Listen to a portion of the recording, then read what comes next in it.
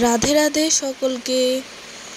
তো আজকে আমি স্বাধীনতা দিবসের একটি পোস্টার ড্রয়িং করব।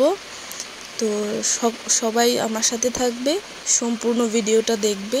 15ই আগস্ট আসতে আরও কয়েকটা দিনের অপেক্ষা, তারপরেই সারা ভারতবর্ষ জুড়ে পালিত হবে ভারতের 78তম স্বাধীনতা দিবস। এই স্বাধীনতা দিবসে স্কুল, কলেজ, বিশ্ববিদ্যালয়, অফিস, ক্লাব প্রায় সমস্ত প্রতিষ্ঠানেই পতাকা উত্তোলন করা হয় আর সাংস্কৃতিক অনুষ্ঠানের আয়োজন করা হয়। সেই অনুষ্ঠানে বক্তৃতাও রাখতে চায় অনেকেই। 1947 সালের 14ই আগস্ট রাত 12টা বাজার যখন কয়েক মিনিট বাকি, তখন জওহরলাল নেহেরু তার বক্তৃতা শুরু করলেন এই কথাটি দিয়ে: At the stroke of the midnight hour, when the world sleep, India will awake to life and freedom. এরপর মধ্যরাতের ঘণ্টা বেজে উঠল এবং ভারতের মাটিতে এক নতুন অধ্যায়ের সূচনা হলো। পরের দিনই 15ই আগস্ট সকালে গণপরিষদে রাষ্ট্রীয় যাত্রা শুরু হলো। তারপর সারা ভারতবর্ষে উত্তোলিত হলো জাতীয় পতাকা।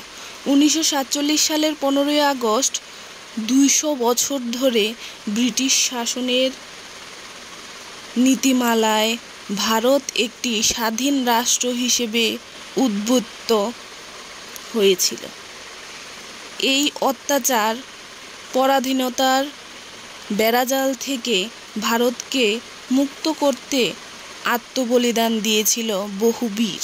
এই মহা অধিকারীদের মধ্যে উল্লেখযোগ্য ছিলেন নেতাজি সুভাষচন্দ্র বোস, মহাত্মা গান্ধী, ভগৎ সিং, রাজগুরু, ক্ষুদিরাম বসু, মাস্টারদা সূর্য সেন, মঙ্গল পাণ্ডে, প্রতিলতা ওয়ালেন্দার, মাতঙ্গিনী হাজরা, জওহরলাল নেহেরু ইত্যাদি।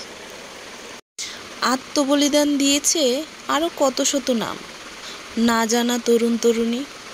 এই শুভ দিনে তাদের প্রতি আমরা সকলে প্রণাম জানাই। আজকের এই মহান দিনে ভারতের স্বাধীনতার ইতিহাসের 2-4টি কথা তুলে ধরেছি তোমাদের সামনে, তার জন্য ধন্যবাদ। আর